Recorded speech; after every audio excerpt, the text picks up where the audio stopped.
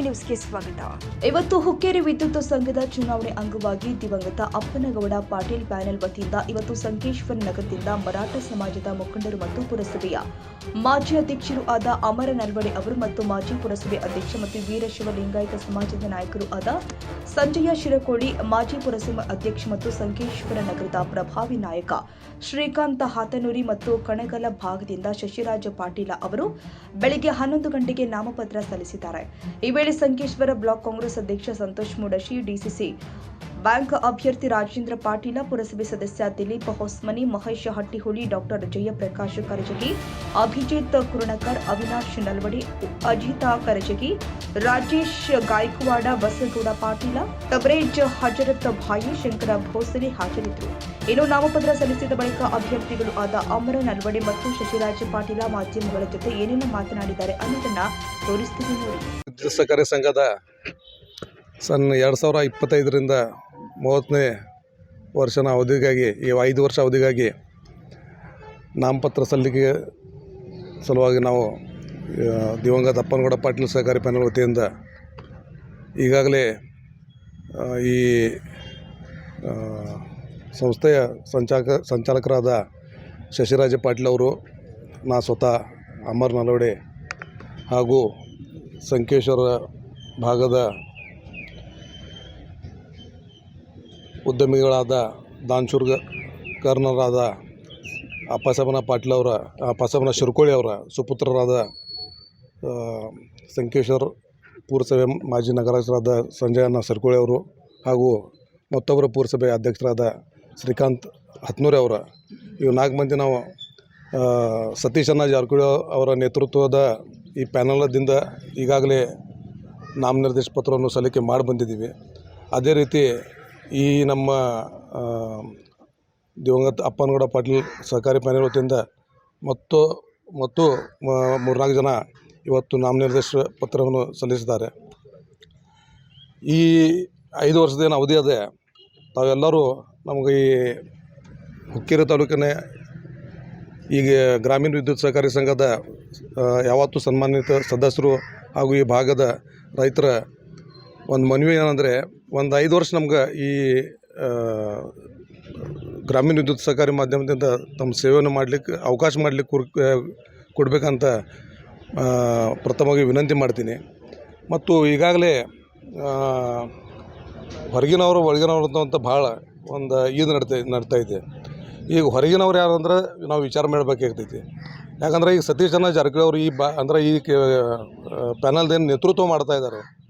ಈಗಾಗಲೇ ನಮ್ಮ ಹುಕ್ಕೇರಿ ತಾಲೂಕಿನ ಒಂದು ಯಮಕನಮರಡಿ ಕ್ಷೇತ್ರ ಅಂತ, ಆ ಕ್ಷೇತ್ರದಿಂದ 4ನೇ ಬಾರಿ ಚುನಾಯಿತಾಗಿ ಆ ಭಾಗದ ಜನರದ ಸೇವೆ ಮಾಡ್ತಾಯಿದ್ದಾರೆ.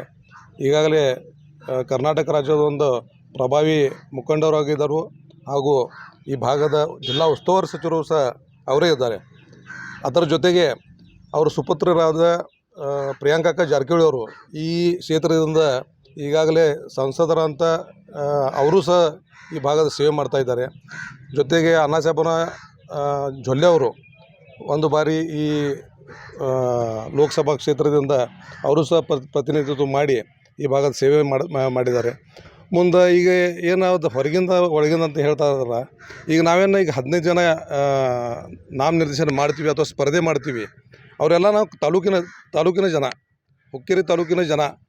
ಇಲ್ಲಿ ಸಾವುಕಾರ, ಸ್ವತಃ ಸಾವುಕಾರ ಇರಲಿ ಅಥವಾ ಸತೀಶ್ ಸಾವುಕಾರ ಇರಲಿ, ಬಾಲಚಂದ್ರಣ್ಣ ಇರಲಿ ಅಥವಾ ಅಣ್ಣಾಸಾಹೇಬನ್ ಇರಲಿ, ಅವ್ರೇನು ಸ್ಪರ್ಧೆ ಮಾಡ್ತಾಯಿಲ್ಲ, ಅಥವಾ ಅವ್ರ ಹುಡುಗರು ಯಾರು ಸ್ಪರ್ಧೆ ಮಾಡೋಂಗಿಲ್ಲ. ಈ ಸ್ಪರ್ಧೆ ನಾವೇನು ಮಾಡ್ತಾಯಿದ್ದೀವಿ, ಈ 15 ಜನ ಏನು ಅದೆಯೋ ನಾವೆಲ್ಲ ಹುಕ್ಕೇರಿ ತಾಲೂಕಿನ ಜನ. ನಾಳೆ ಹುಕ್ಕೇರಿ ತಾಲೂಕಾ ಗ್ರಾಮೀಣ ವಿದ್ಯುತ್ ಸಹಕಾರಿ ಸಂಘದ ಚುನಾವಣೆ ಇವತ್ತು ನಾವು ಎಲ್ಲ ಸುಮಾರು 8 ಜನ ನಾಮಿನೇಷನ್ ಈಗಾಗಲೇ ಮಾಡಿ ಬಂದಿದ್ದೀವಿ.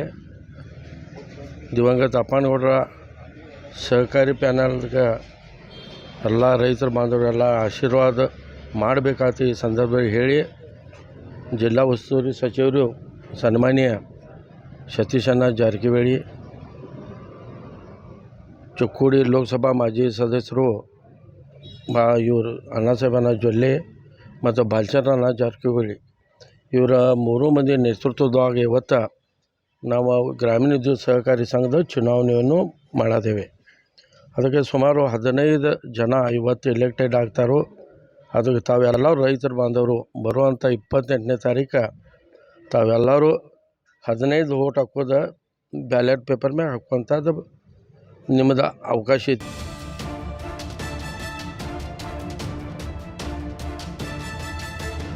ಕನ್ನಡಿಗರ ಮೆಚ್ಚಿನ ನಿಮ್ಮ AJ 24/7 ನ್ಯೂಸ್ ಕನ್ನಡ ವಾಹಿನಿ ಇದೀಗ ಟಿವಿಯಲ್ಲಿ ಲಭ್ಯ. ಒಂದು ವೇಳೆ ನೋಟಿಸ್ ಕೊಟ್ಟಿದ್ರೆ ವಾಪಸ್ ತಗೋತೀವಿ.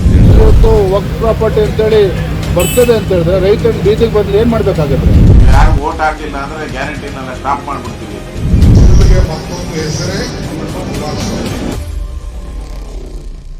ಕರ್ನಾಟಕ ಮತ್ತು ದೇಶ ವಿದೇಶ 360 ಡಿಗ್ರಿ ಸುದ್ದಿ ಹಾಗೂ ಉತ್ತರ ಕರ್ನಾಟಕ, ಬೆಳಗಾವಿ, ಬಾಗಲಕೋಟೆ, ಧಾರವಾಡ, ಹಾವೇರಿ, ಗದಗ, ಬಿಜಾಪುರ ಜಿಲ್ಲೆಯ ಕ್ಷಣ ಕ್ಷಣದ ವಿವರವನ್ನ ಪಡೆಯುವುದಕ್ಕೆ AJ 24/7 ನ್ಯೂಸ್ ಕನ್ನಡ ವಾಹಿನಿಯನ್ನ ಲೈಕ್ ಮಾಡಿ, ವಿಡಿಯೋಗಳನ್ನ ಶೇರ್ ಮಾಡಿ, ಕಮೆಂಟ್ ಮಾಡುವ ಮೂಲಕ ನಮ್ಮ ವಾಹಿನಿಗೆ ಸಹಕಾರ ನೀಡಿ ಮತ್ತು ಚಾನೆಲ್ ಅನ್ನ ಸಬ್ಸ್ಕ್ರೈಬ್ ಮಾಡಿ.